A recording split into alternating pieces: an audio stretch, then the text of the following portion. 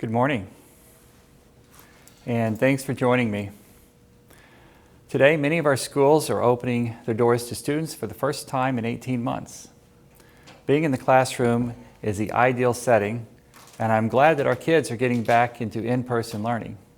It's a different time now.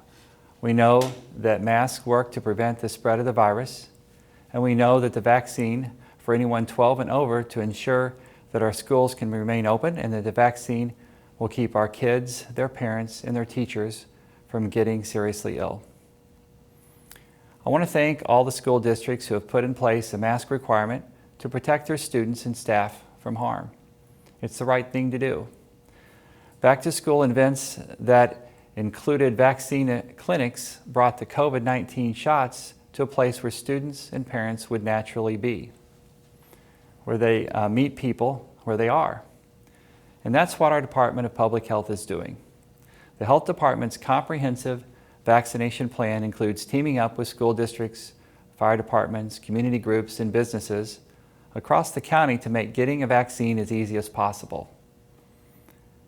As Spring Schmidt, the Deputy Director of Health, last week said, we are making gains in zip codes where vaccine rates are lowest. We put the resources where they're needed the most. And this is an equitable approach to public health and the right way to respond to this pandemic.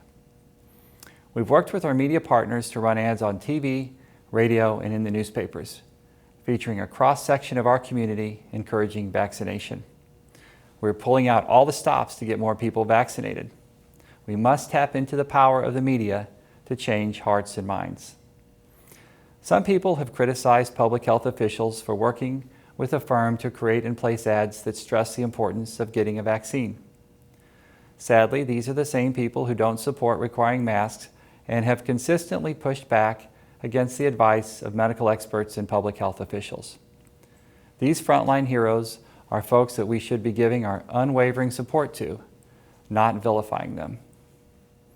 I understand the confusion around public health orders. Local control was the preferred response by state leaders until it wasn't. Those who don't respect or support public health decided they needed to change the rules midway through a pandemic and put every resident in danger. And sadly, that's where we are. Since my last briefing, a judge ruled that while the county's mask mandate stands, there is a temporary restraining order preventing enforcement until the court issues a final judgment. What has been heartening is that despite the anti-mask rhetoric hidden behind freedom and liberty catchphrases, the overwhelming majority of you are doing what's right, protecting others. You're wearing a mask. You got vaccinated. Thank you. I stand with you. It's frustrating that more people are not getting vaccinated or wearing masks. Spreading misinformation leads to doubt and more sickness and death. More and more communities across the region are putting in place mask requirements so that the spread of a virus can be slowed until we get more people vaccinated.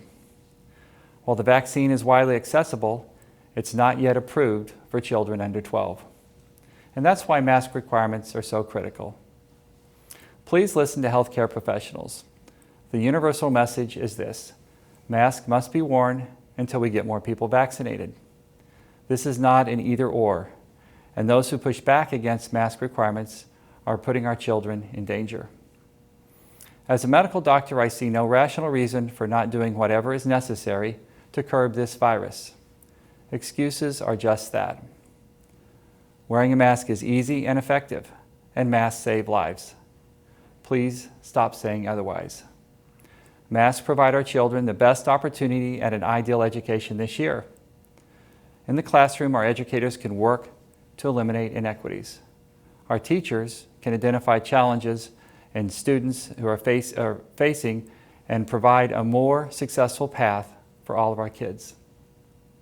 This is about freedom, the freedom of our children to learn in an ideal environment and reduce the risk of being left behind. The County Council has another opportunity this week to show leadership and demonstrate that the welfare of all of our residents is a priority. They can put in place the mask requirement that would be in place until more people are vaccinated. As community leaders, they could elevate their voices by talking about the importance of vaccination. This is an opportunity to get on the same page, share the same messages, and curb the virus once and for all.